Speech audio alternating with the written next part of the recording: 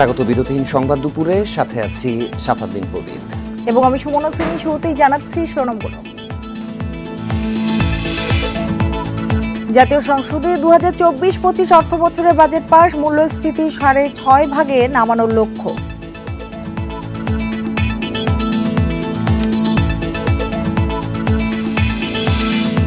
সরকার চাইলে দেশে বা বিদেশে দুর্নীতিবাজরা ধরা পড়বেই, বেনজির মতিউর প্রসঙ্গে বিশ্লেষকদের মত।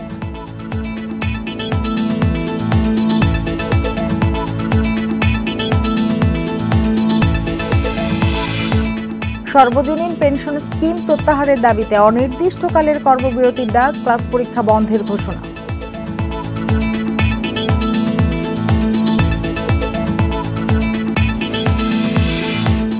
এইচএসসি পরীক্ষায় বৃষ্টি, যানজটের ভোগান্তি, সিলেটে বন্যায় স্থগিত 4 বিষয় পরীক্ষা 11 আগস্টের পর।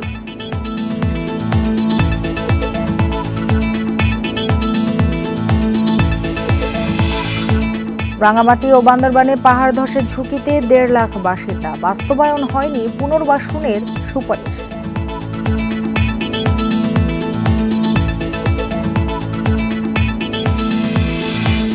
এতক্ষণ শিরোনামগুলো জানাচ্ছিলাম, এবার জানাবো পুরো খবর। 2,56,000 কোটি টাকা ঘাটতির লক্ষ্য রেখে 7,97,000 কোটি টাকার বাজেট পাশ হলো সংসদে। নতুন বাজেটে জিডিপি প্রবৃদ্ধির লক্ষ্য 6.75% আর মূল্যস্ফীতি 6.5% নামাতে চায় সরকার।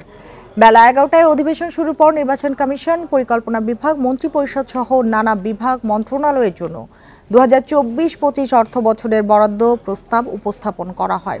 এ সময় অভ্যন্তরীণ সম্পদ বিভাগের জন্য 3,217 কোটি টাকা, জননিরাপত্তায় 26,871 কোটি টাকা বরাদ্দ হয়। শনিবার অর্থমন্ত্রী তার বক্তব্যে এবারের বাজেটে কিছু নীতি সংশোধনের প্রস্তাব তুলে ধরেন। পরে সংসদ সদস্যদের কণ্ঠ ভোটে পাশ হয় অর্থ বিল। আজ পাশ হলো নতুন অর্থ বছরের বাজেট, আর তা কার্যকর হবে কাল থেকেই।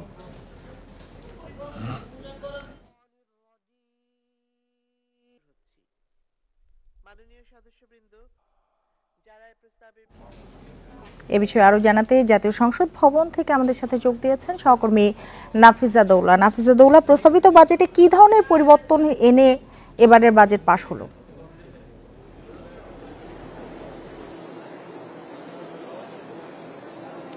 বলা চলে প্রস্তাবিত বাজেট, যেটি ইতিমধ্যেই আপনি জানেন নতুন অর্থ বছর 2024-25 অর্থ বছরের বাজেট পাশ হয়ে গেছে এবং সেটি কিন্তু আগামীকাল মানে 1 জুলাই থেকেই সেটি কার্যকর হয়ে যাবে। এবং প্রস্তাবিত যে বাজেটটি ছিল সেটি 4 জুন অর্থমন্ত্রী আবুল হাসান মাহমুদ আলী উপস্থাপন করেছিলেন। মোটামুটি বলা চলে কোনো ধরনের পরিবর্তন ছাড়াই কিন্তু সেটি পাশ হয়েছে। সেই ধরনের বড় কোনো পরিবর্তন আসেনি এবং যেটি খুব আলোচিত ছিল এবং বিভিন্ন পর্যায়ে বিশেষজ্ঞরা সমালোচনা করেছেন, অর্থনীতিবিদরা সমালোচনা করেছেন, সেটি কিন্তু বহালই রয়েছে এবং 15% আয়কর দিয়ে যে কোনো প্রশ্নর মুখোমুখি ছাড়াই অবৈধভাবে যারা অর্থ উপার্জন করেছিলেন তারা সেটি বৈধ করতে পারবেন। বলা চলে যেটি বলা হচ্ছে কালো টাকা সাদা করার উপায় রাখা হয়েছে এবারের বাজেটে। এবং আরেকটি যেটি আছে, এবারের সংসদ সদস্যদের আমদানি করা গাড়ি আমদানির ক্ষেত্রে শুল্ক রাখার প্রস্তাব দিয়েছিলেন অর্থমন্ত্রী। সেটিও কিন্তু ব্যাপক আলোচনার মধ্য দিয়ে সংসদ সদস্যদের আপত্তির মুখে সেটিও বাদ দেওয়া হয়েছে এবং আগের যে পদ্ধতি ছিল সেটি বহাল আছে। সংসদ সদস্যদের গাড়ি আমদানির ক্ষেত্রে সেটি শুল্কমুক্ত রাখা হবে। এবং যেটি আমরা বলছিলাম যে ইতিমধ্যে অধিবেশন শেষ হয়ে গেছে এবং সরকারি এবং স্বতন্ত্র ছাড়াও বিরোধী দলের যারা সদস্য আছেন, সংসদ সদস্য যারা অধিবেশনে অংশ নিয়েছিলেন, তারা কিন্তু ইতিমধ্যে অধিবেশন শেষ হয়ে যাবার কারণে নিজ নিজ কর্মক্ষেত্রে যোগ দিচ্ছেন। এবং আজকে যেটি প্রচলিত আছে, আমরা একটু অর্থমন্ত্রীর সাথে কথা বলতে চাবো।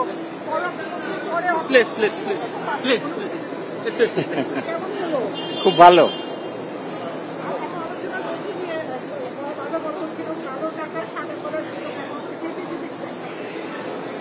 কালো টাকা সাদা করার যে প্রধানমন্ত্রী উত্তর দিয়েছেন, তো এই পয়েন্টের উত্তর দিয়েছেন।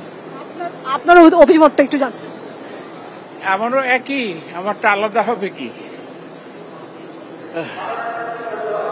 পররাষ্ট্রমন্ত্রী গত টার্মে ছিলেন, এবার অর্থমন্ত্রী হিসেবে সংসদে বাজেট পাশের পরে প্রথম বের হলেন। খুব ভালো।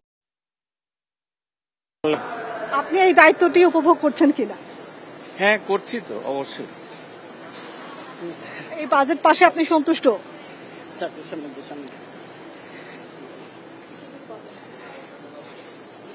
বললাম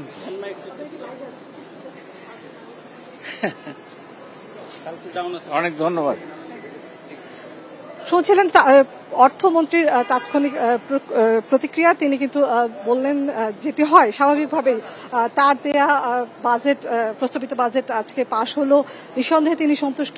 যত আলোচনায় ছিল, সমালোচনা ছিল, সেটির কিন্তু গতকাল প্রধানমন্ত্রী তিনি তার প্রস্তাবিত বাজেটের উপরে যে আলোচনা ছিল সেখানে তিনি মোটামুটি সেই যুক্তিগুলো খণ্ডন করেছেন, সেটিরই পুনর্ব্যক্ত করেছেন অর্থমন্ত্রী। এই ছিল সর্বশেষ। আরেকটি বিষয় একটু জানতে চাই যে মূল্যস্ফীতি 6.5% নামানোর লক্ষ্য কিন্তু নির্ধারণ করা হয়েছে, সেটি কিভাবে অর্জিত হবে, কোনো ব্যাখ্যা কি পাওয়া গেছে?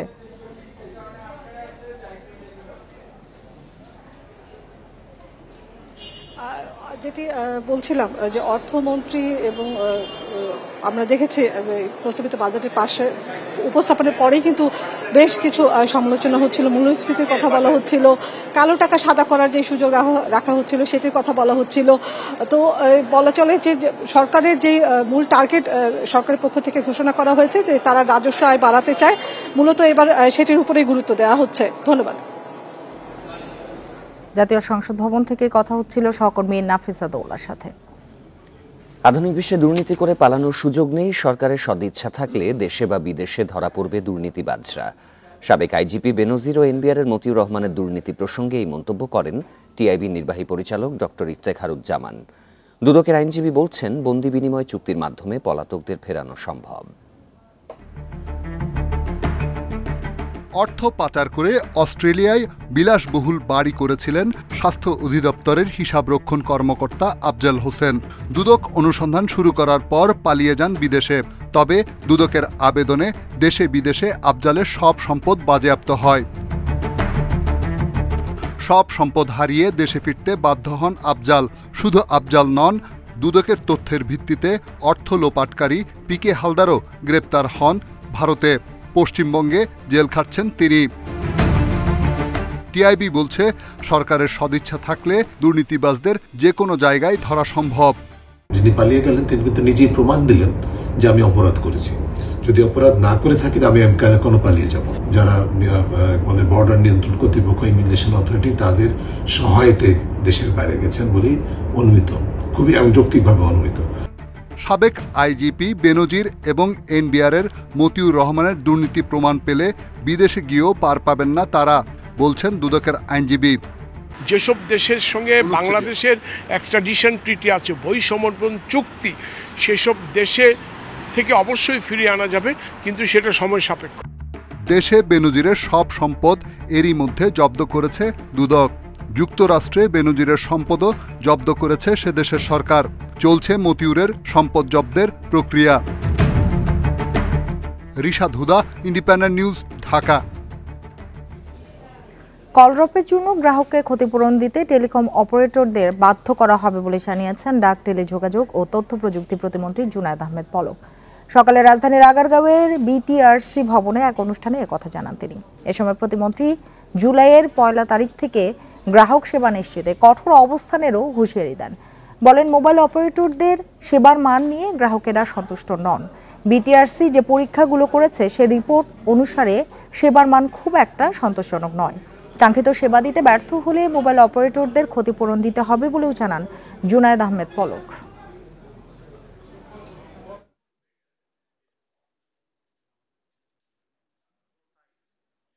কঠোর অবস্থানে যাব গ্রাহকদের সেবা নিশ্চিত করার জন্য। কল ড্রপ হলে তাদের যে প্রতিশ্রুতি ছিল যে এটা আসলে কল ড্রপের জন্য যেটা ক্ষতিপূরণ প্রদান করার কথা, সেটা যাতে আর কি করা হয় এবং সর্বোচ্চ ক্ষতিপূরণটাই আমরা গ্রাহককে দেওয়ার চেষ্টা করব, যাতে মোবাইল নেটওয়ার্ক অপারেটরগুলো একটা চাপে থাকে যে না, তারা যদি সেবা না দেয় তাহলে তাদের আর্থিকভাবেও তাদের ক্ষতিপূরণটা দিতে হবে। সর্বজনীন পেনশন স্কিম প্রত্যাহারের দাবিতে কাল থেকে অনির্দিষ্টকালের কর্মবিরতির ডাক দিয়েছেন পাবলিক বিশ্ববিদ্যালয়ের শিক্ষকরা। কর্মবিরতির কারণে এসব শিক্ষা প্রতিষ্ঠানের ক্লাস পরীক্ষাও বন্ধ থাকবে। সকালে পূর্ণ দিবস কর্মবিরতি পালনকালে ঢাকা বিশ্ববিদ্যালয় ক্যাম্পাসে এই কর্মসূচির কথা জানান শিক্ষক নেতারা। পাশাপাশি সোমবার ঢাকা বিশ্ববিদ্যালয় দিবসের অনুষ্ঠান বয়কটেরও ঘোষণা দেন। শিক্ষকরা বলেন, এই পেনশন স্কিম বাস্তবায়ন হলে জুলাই থেকে যোগদান করা শিক্ষকরা ব্যাপক ক্ষতিগ্রস্ত হবে। ফলে শিক্ষকতা পেশায় আসতে মেধাবীরা আগ্রহী হবে না। সেই সঙ্গে এতদিন ধরে কর্মসূচি পালন করলেও বিষয়টি নিয়ে সরকারের উচ্চ পর্যায়ের কেউ তাদের সাথে যোগাযোগও করেননি। আলোচনা না করেই এই সিদ্ধান্ত নেওয়া হয়েছে। এ অবস্থায় বাধ্য হয়ে কঠোর কর্মসূচির ঘোষণা দেওয়া হয়েছে বলে জানান শিক্ষক নেতারা। প্রত্যয় স্কিম প্রত্যাহার, আমাদের স্বতন্ত্র বেতন স্কেল এবং আমাদের শিক্ষকদেরকে সুপার গ্রেড, যেটা 2015 সালে জাতীয় বেতন স্কেলে আমাদের সুপার গ্রেড দেওয়ার কথা ছিল, সেই সুপার গ্রেডটি আমরা অদ্যাবধি পাই নাই। এই তিনটি দাবি নিয়েই আমরা অনড় অবস্থানে আছি।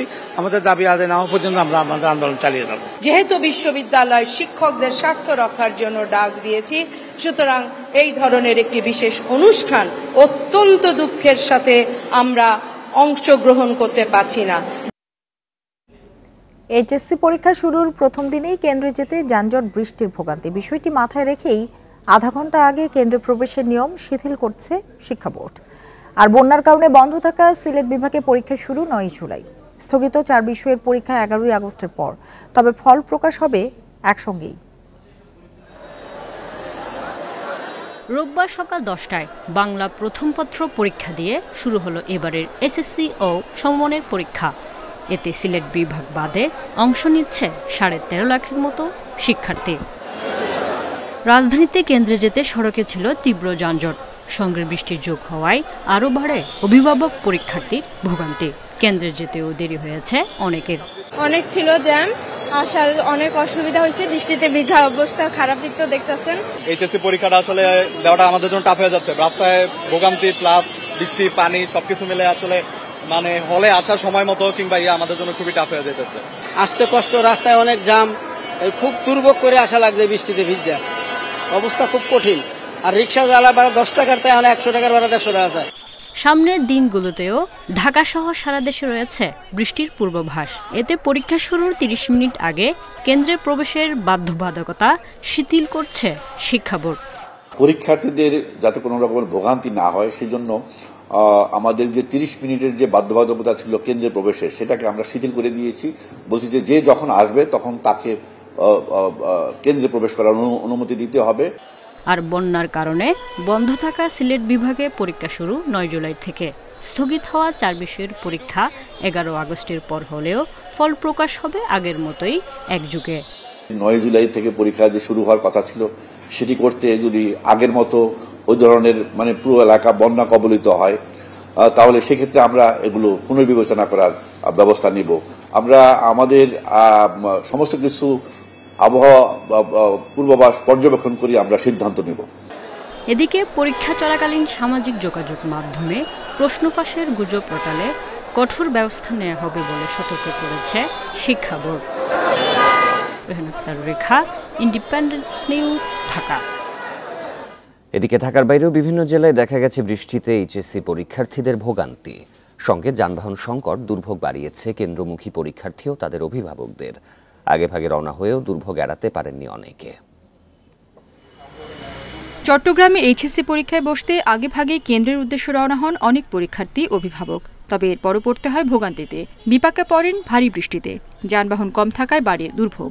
বৃষ্টি 1 আর রাস্তায় জ্যাম 2, সব মিলে আমি নিজে খুব হাঁপাই গেছে। এখন আমার মেয়ে কিভাবে হাঁপাইছে সেটা আল্লাহ বর্ষে। এখন খুব ভিজে গেছে সবাই, এই ভিজে অবস্থায় 3 ঘন্টা পরীক্ষা দিতে।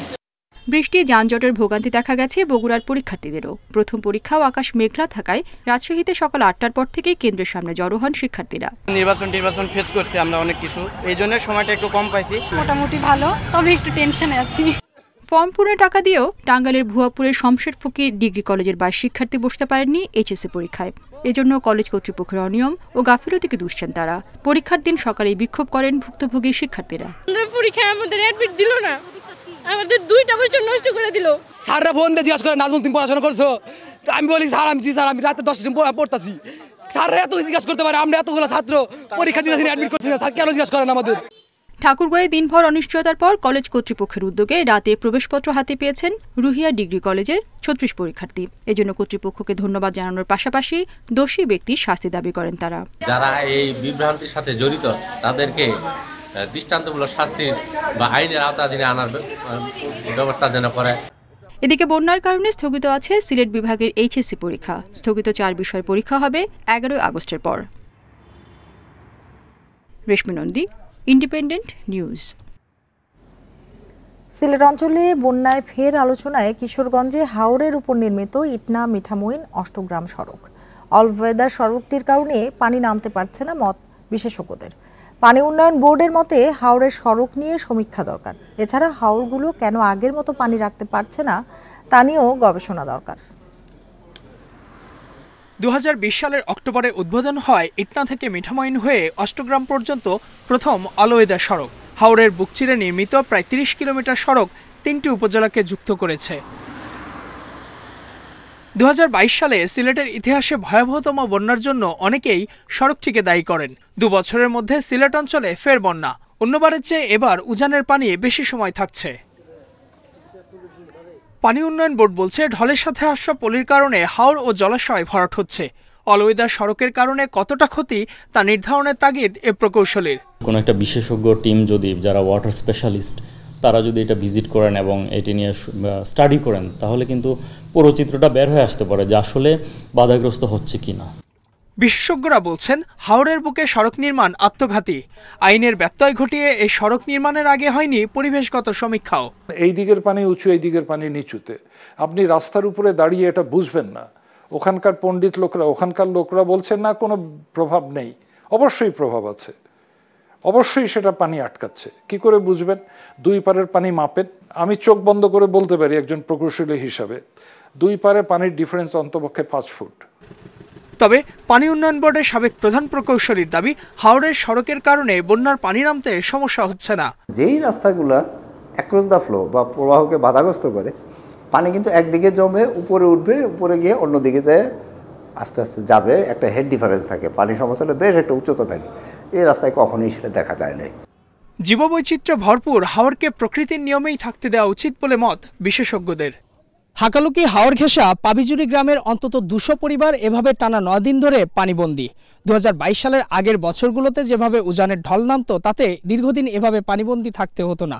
কারণ হিসেবে সচেতন নাগরিকরা বলছেন, হাকালুকি হাওরের ভিতরে যে ২৩৮টি বিল রয়েছে, তার মধ্যে অন্তত ১০০টি টিকে আছে, বাকিগুলো পলি পড়ে ভরাট হয়ে গেছে।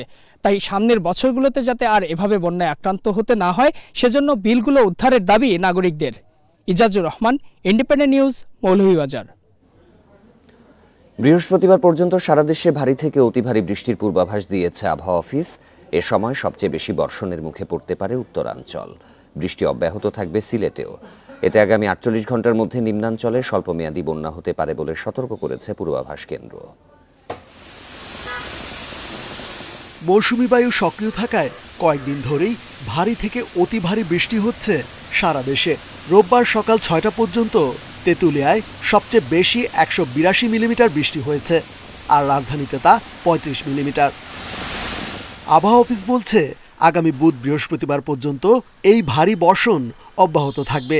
এতে চট্টগ্রাম অঞ্চলে রয়েছে পাহাড় ধসের আশঙ্কা। বাংলাদেশের উপরে যে মৌসুমী বায়ু, সেই মৌসুমী বায়ু সক্রিয় রয়েছে, বিদায় এই বৃষ্টিপাতের ধারা অব্যাহত আছে। আমরা আশা করছি আগামী মাসের, অর্থাৎ জুলাই মাসের ৩ থেকে ৪ তারিখ পর্যন্ত এই ধারা দেশের বিভিন্ন অংশে অব্যাহত থাকবে। তবে কোথাও কোথাও হালকা থেকে মাঝারি ধরনের বৃষ্টিপাত, কখনো কখনো হয়তো কোনো অংশে বৃষ্টিপাতের পরিমাণ বৃদ্ধি পাবে। এদিকে ভারী বৃষ্টিতে আবারও বেড়েছে সুরমা কুশিয়ারার পানি। আগামী ৪৮ ঘন্টার মধ্যে সিলেটের নিম্নাঞ্চলে স্বল্পমেয়াদী বন্যার শঙ্কা করছে পূর্বাভাস কেন্দ্র। ভারী থেকে অতি ভারী বৃষ্টিপাতের প্রভাবে সিলেট ও সুনামগঞ্জ জেলার সুরমা কুশিয়ারা, জাদুকাটা, সারিগোয়াইন ইত্যাদি নদীর পানি সমতল সময় বিশেষে দ্রুত বৃদ্ধি পেতে পারে এবং এর ফলে কতিপয় পয়েন্টে স্বল্পমেয়াদী বিপদসীমা অতিক্রম করে সংলগ্ন নিম্নাঞ্চলে একটা স্বল্পমেয়াদী বন্যা পরিস্থিতি তৈরির সম্ভাবনা রয়েছে। আগামী কয়েকদিন সিলেট ও আসাম, মেঘালয়ে বৃষ্টি হবে। পাশাপাশি অতি ভারী বর্ষণের কবলে পড়তে পারে দেশের উত্তরাঞ্চল। এতে ব্রহ্মপুত্র, যমুনার পানি বিপদসীমা পার হলে মধ্যাঞ্চলেও রয়েছে বন্যার ঝুঁকি। রেজওয়ানুল হক, ইন্ডিপেন্ডেন্ট নিউজ, ঢাকা। রাঙামাটি ও বান্দরবানের বিভিন্ন পাহাড় ও টিলার পাদদেশে ঝুঁকিপূর্ণভাবে বসবাস করছেন 1.5 লাখের বেশি মানুষ। প্রতি বছরই ভারী বৃষ্টিতে পাহাড় ধসে ঘটছে হতাহতের ঘটনা। তবে ঝুঁকি জেনেও নিজেদের বসতভিটা ছেড়ে যেতে রাজি নয় পাহাড়ের বাসিন্দারা। এদিকে বৃষ্টির পূর্বাভাস ও এলাকাবাসীকে নিরাপদ আশ্রয়ে সরে যাওয়ায় মাইকিংয়েই সীমাবদ্ধ প্রশাসনের কার্যক্রম। বান্দরবান সদরসহ জেলার বিভিন্ন পাহাড়ের পাদদেশে ঝুঁকি নিয়ে বসবাস করছে লক্ষাধিক মানুষ। এসব এলাকায় বৃষ্টি হলে দেখা দেয় পাহাড় ধসের শঙ্কা। তবে বসতভিটা ছেড়ে যেতে রাজি নয় বেশিরভাগ মানুষ। আমরা তো কোনো থাকার জায়গা না, মাটি ভাঙলেই তো এখানে থাকতে হবে, ঝড় বৃষ্টি পড়লে এখান থেকে মরতে হলে জীবন মরার জন্য এখানে থাকতে হবে। নিরাপদ বাসস্থানের ব্যবস্থা যদি করা যায় তাহলে হয়তো পাহাড়ের ঝুঁকিপূর্ণ জায়গাগুলো থেকে তারা হয়তো তাদের বাড়িঘরগুলো সরিয়ে নিতে পারবে। গত 5 বছরে বান্দরবানে পাহাড় ধসে প্রাণ হারিয়েছে অন্তত 64 জন। ঝুঁকিতে থাকা বাসিন্দাদের নিরাপদে সরিয়ে নিতে নানা পদক্ষেপের কথা জানালেন জেলা প্রশাসক। যদি নিরাপদ আশ্রয় নেওয়ার প্রয়োজন থাকে তা আমরা নিরাপদ আশ্রয় নিয়ে যাই। তদুপরি অনেকে আসলে আশ্রয় কেন্দ্রে যেতে চায় না, তারা তাদের আত্মীয় স্বজনের বাড়িতে যেতে চায়। আমরা তাও বলি যে আপনার নিরাপদ আশ্রয় যদি আপনি মনে করেন যে আপনাদের আত্মীয় স্বজনের বাড়িতে, সেখানেই অবস্থান করুন, তারপর আপনার ঝুঁকি এড়িয়ে চলুন। রাঙামাটিতে 2017 সালে ভয়াবহ পাহাড় ধসের ঘটনায় একদিনেই 120 জনের মৃত্যুর পর তদন্ত কমিটি বেশ কিছু সুপারিশ করে। তবে ঝুঁকিপূর্ণ এলাকায় বসতি নির্মাণ বন্ধ, আশ্রয় কেন্দ্র নির্মাণ, বৃক্ষরোপণ ও বাসিন্দাদের নিরাপদে এলাকায় পুনর্বাসনের কোনোটি পুরোপুরি বাস্তবায়ন হয়নি। এলাকাবাসীর অভিযোগ, বৃষ্টি হলে সতর্কতার জন্য মাইকিং করেই দায় সারছে প্রশাসন। প্রতি বছরে মনে করেন মাইকিং করার পরে আমাদের কষ্ট, প্রতি বছরে আমাদের কষ্ট হয়। বৃষ্টি পড়লে যে আশ্রয়খানা যাইতে হয় আমাদের, বউ বাচ্চা নিয়ে, গরু ছাগল নিয়ে, এখানে খাওয়ার কোনো ব্যবস্থা খুবই কষ্ট হয়, আসা যাওয়া। তবে প্রশাসন বলছে সমস্যা স্থায়ী সমাধানের লক্ষ্যে পাহাড় ধসের ঝুঁকিতে থাকা পরিবারগুলোর তালিকা তৈরি করা হচ্ছে। আমরা নিয়মিত মাইকিং করছি, মানুষকে সচেতন করছি এবং আমরা বিভিন্ন ঝুঁকিপূর্ণ পয়েন্টে সাইনবোর্ড টানিয়ে দিয়েছি এবং মানুষগণ যেন নিরাপদ স্থানে বসবাস করে সেজন্য তাদেরকে উদ্বুদ্ধ করছি। রাঙামাটি শহরের শিমুলতলির লোকনাথ মন্দির, রূপনগর সহ 9টি এলাকাকে পাহাড় ধসের সবচেয়ে ঝুঁকিপূর্ণ স্থান হিসেবে চিহ্নিত করেছে জেলা প্রশাসন। রেশমি নন্দী, ইন্ডিপেন্ডেন্ট নিউজ। আরও জানাতে রাঙ্গামাটি থেকে যোগ দিয়েছেন সহকর্মী হিমেল চাকমা। হিমেল, ঝুঁকিপূর্ণভাবে পাহাড়ে বসবাসকারীদের সরিয়ে নিতে কি ধরনের উদ্যোগ নিয়েছে প্রশাসন, আর স্থায়ী কোনো সমাধান কেন হচ্ছে না? হিমেল,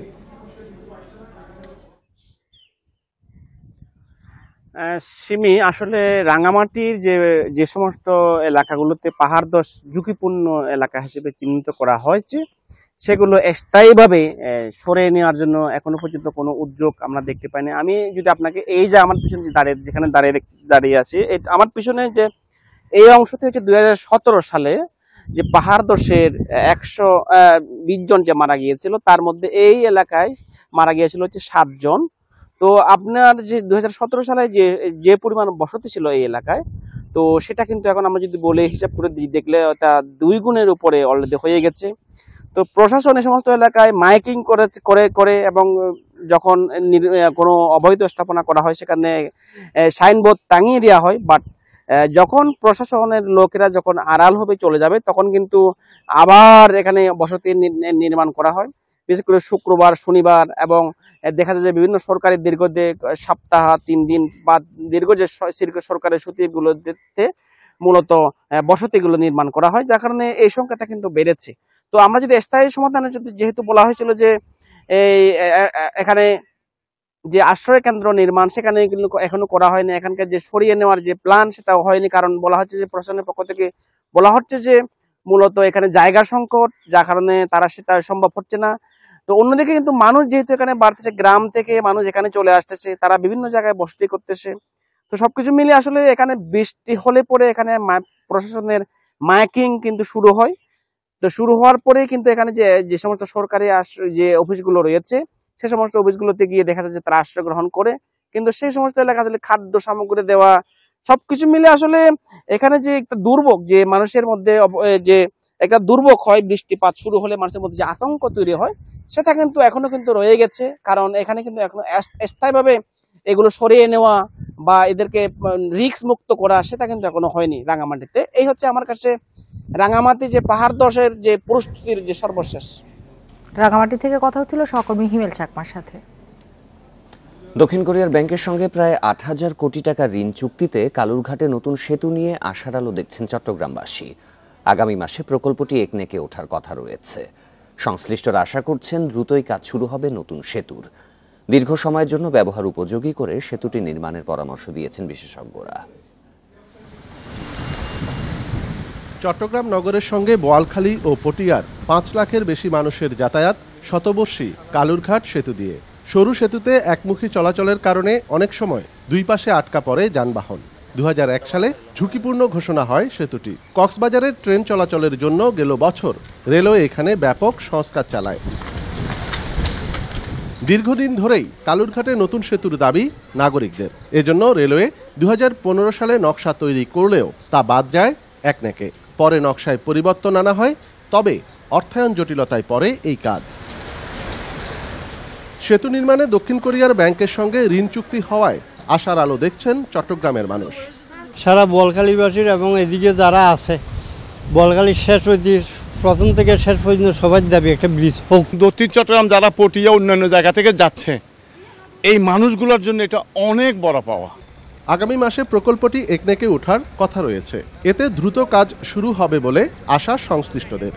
যারা আন্দোলনকারী, যারা সেতু প্রত্যাশী, যারা সেতু ব্যবহার করতে গিয়ে জানমালের ক্ষয়ক্ষতি হয়েছে, কদিন আগেও ফেরির সাথে ধাক্কা খেয়ে নদীতে পড়ে দুইজন লোক নিহত হয়েছে, তো তারা এখন আশার আলো দেখতে পাচ্ছি।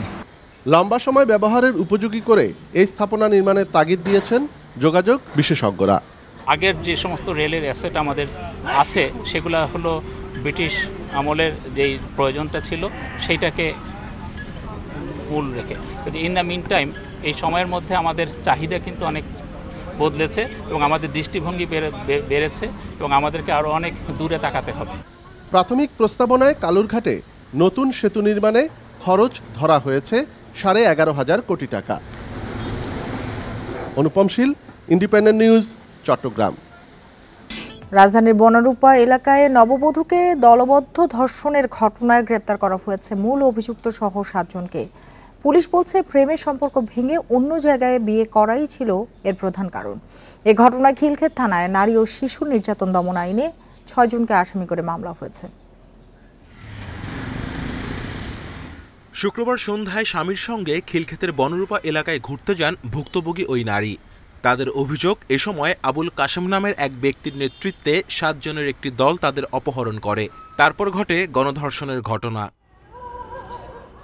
মামলার এজাহারে বলা হয়েছে, আসামি আবুল কাশেম ওই নারীর পূর্ব পরিচিত।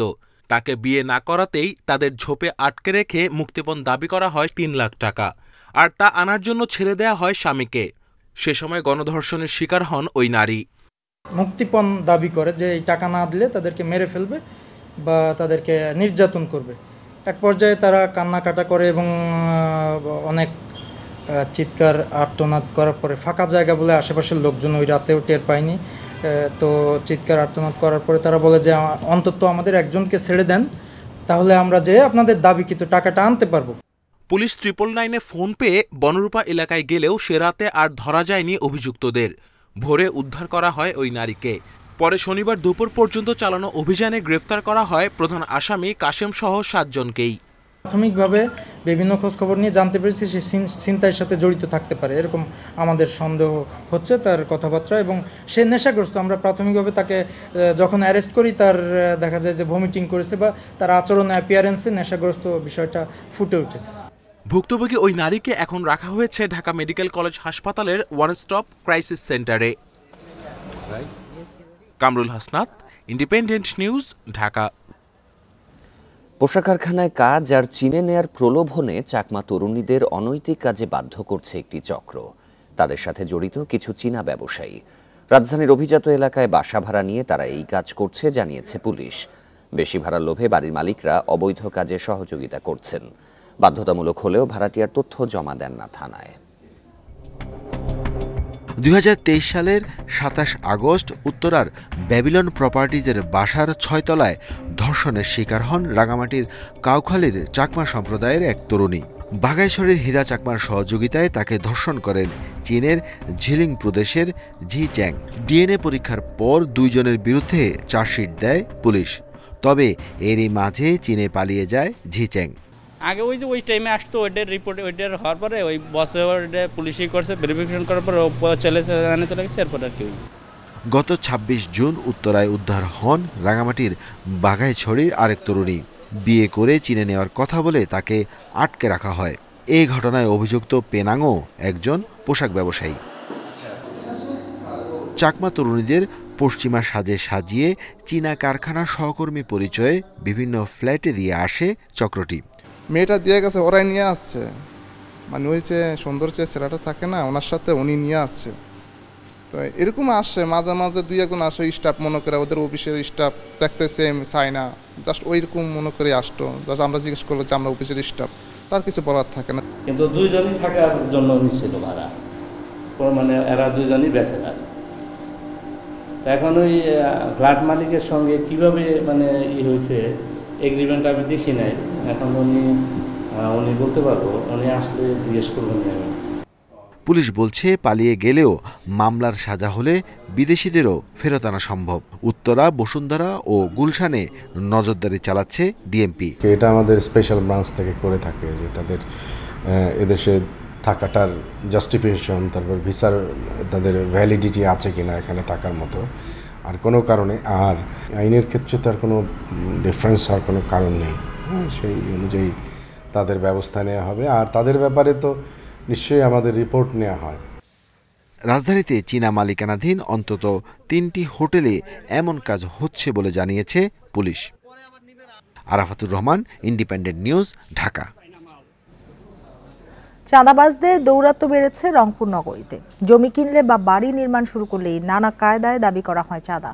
কখনো আবার বাধ্য করা হয় নির্দিষ্ট ব্যক্তির কাছ থেকে বাড়ি তৈরির সরঞ্জাম নিতে। তবে পুলিশ বলছে অভিযুক্তদের আইনের আওতায় আনার পাশাপাশি সচেতনতামূলক কর্মকাণ্ড হাতে নেওয়া হয়েছে।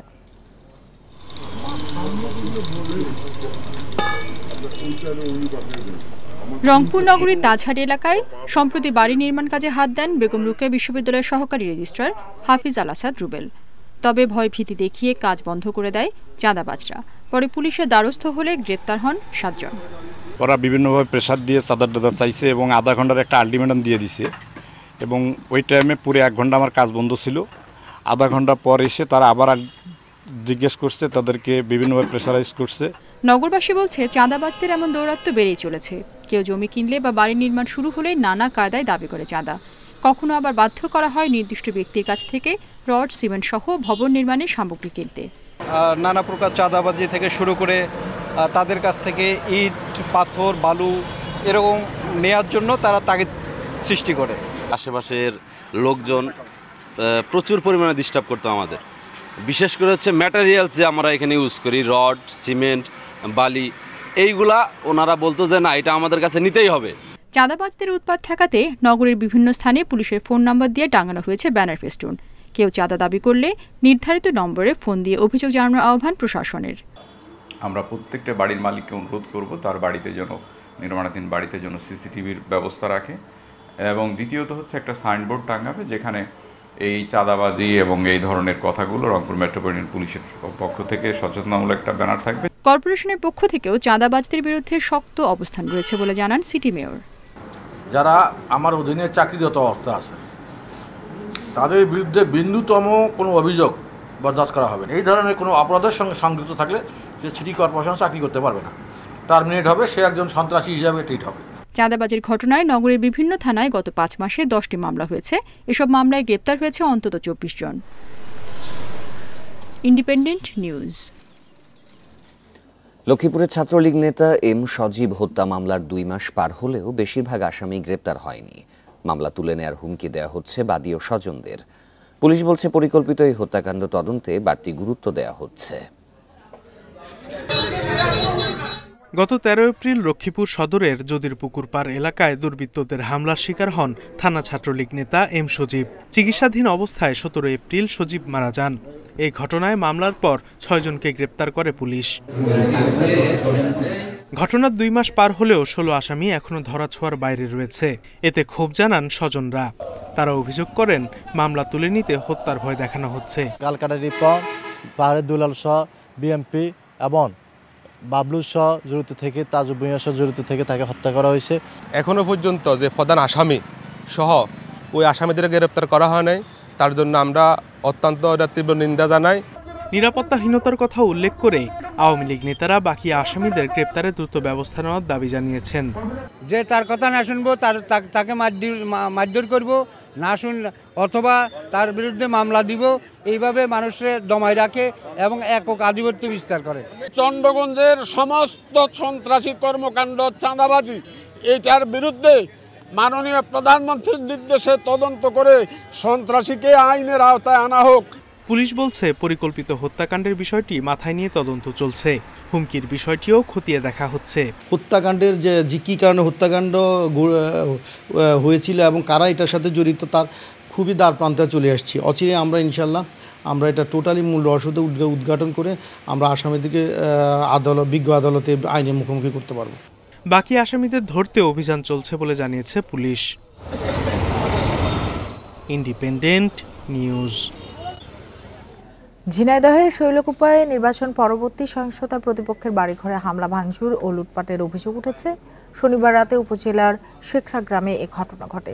পুলিশ ও স্থানীয়রা জানান, আধিপত্য বিস্তার নিয়ে নিত্যানন্দপুর ইউনিয়নের চেয়ারম্যান মফিজ উদ্দিন বিশ্বাস ও সাবেক চেয়ারম্যান ফারুক হোসেন বিশ্বাসের সমর্থকদের মধ্যে বিরোধ চলছে। গত উপজেলা পরিষদ নির্বাচনে ফারুক হোসেন জয়ী চেয়ারম্যান প্রার্থী মোস্তফা আরিফ রেজা মুন্নুর সমর্থক ছিলেন। নির্বাচনের পর এক পক্ষ বিভিন্ন গ্রামে হামলা চালায়। এরই জের ধরে শনিবার রাতে শেখরা গ্রামে মফিজের সমর্থকদের বাড়ি ঘরেও হামলা চালানো হয়। পুলিশ ঘটনাস্থলে পৌঁছে পরিস্থিতি নিয়ন্ত্রণে আনে।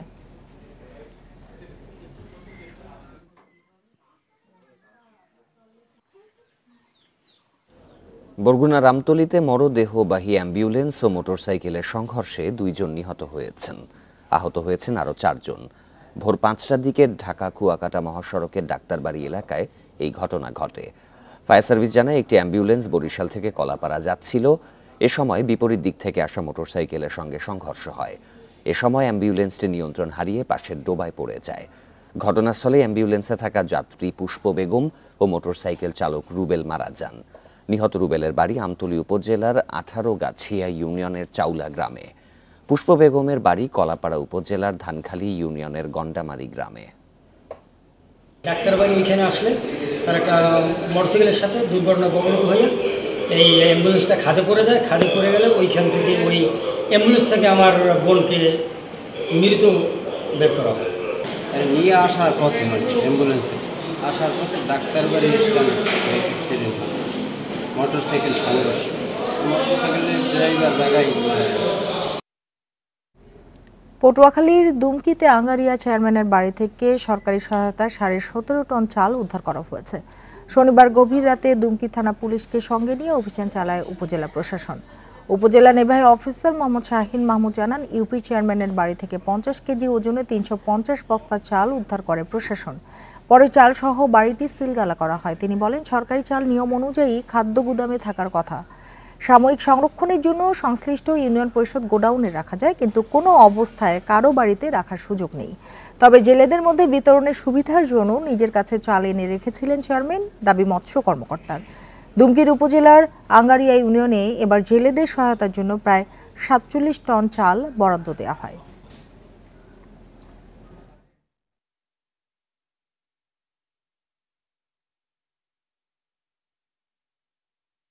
খাদ্য গোডাউন থেকে খাবারটা আনার পরে এটা বিতরণের জন্য বা সাময়িক সংরক্ষণের জন্য, সবসময় না, সাময়িক সংরক্ষণের জন্য এটা হচ্ছে সংশ্লিষ্ট যে ইউনিয়ন পরিষদ গোডাউন হচ্ছে সেখানে রাখতে হবে। কারো ব্যক্তিগত কোনো বাড়িতে বা অন্য কোথাও এরকম চাল রাখার কোনো সুযোগ নেই। সরকারি চাল আমি যেখানেই রাখি না কেন, উদ্দেশ্য আমার সব ঠিকই আছে।